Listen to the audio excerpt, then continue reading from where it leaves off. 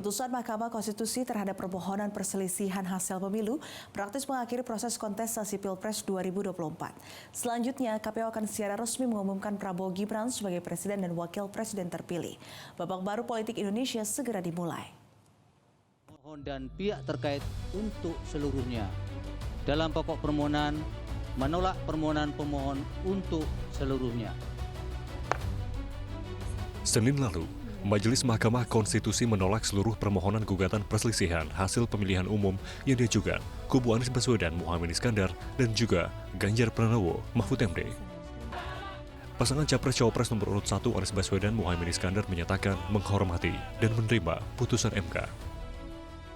Kita semua sadar, kita masih harus kerja keras, harus kerja terus-menerus untuk menyadarkan publik luas bahwa institusi demokrasi yang kuat, yang berfungsi baik, itu sama pentingnya dengan institusi ekonomi yang kuat, yang berfungsi dengan baik. Keduanya, proses demokrasi, proses ekonomi harus berjalan dengan baik, dengan efisien, efektif, dan menggunakan prinsip-prinsip yang benar. Oleh karena itu kita semua harus terus bekerja, harus terus merangkul dan memperkuat masyarakat.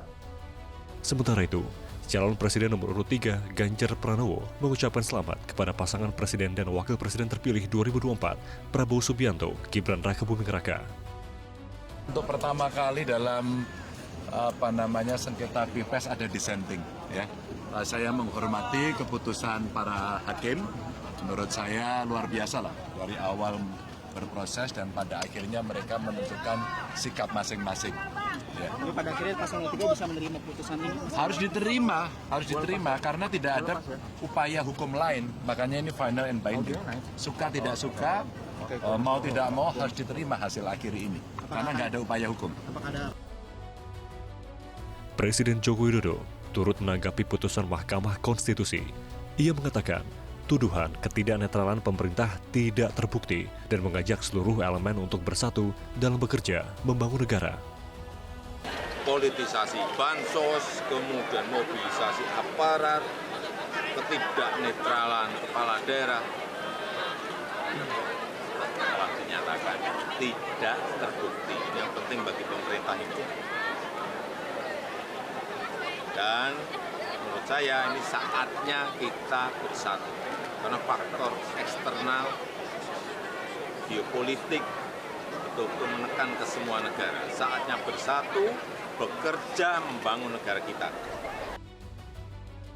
Kemarin, Muhaimin Iskandar bertemu dengan Surya Paloh di Nasdem Tower. Dari pertemuan itu, Nasdem dan PKB sepakat mendukung pemerintahan baru di bawah kepemimpinan Presiden terpilih Prabowo Subianto. Tugas dan tanggung jawab kami bersama, baik PKB maupun Nasdem adalah bagaimana memperkuat sinergisitas di antara dua institusi partai politik ini untuk memperkuat seluruh aspek kehidupan yang kita miliki sebagai satu bangsa. Pemilu sudah selesai, tapi perjalanan untuk membangun negeri ini itu belum selesai. Dan saya pikir kita sepakat semuanya itu. Jadi dalam hal inilah kami juga bersepakat pemerintahan baru yang memang dipimpin oleh Mas Prabowo dan Gibran harus bisa mendapatkan apresiasi, kesempatan untuk menjalankan roda administrasi pemerintahannya. Yang jelas, putusan Mahkamah Konstitusi tidak boleh menghentikan perjuangan membangun bangsa. Semua pihak diharapkan turut bersatu membangun Indonesia. Jelajahi cara baru mendapatkan informasi. Download Metro TV Extend sekarang.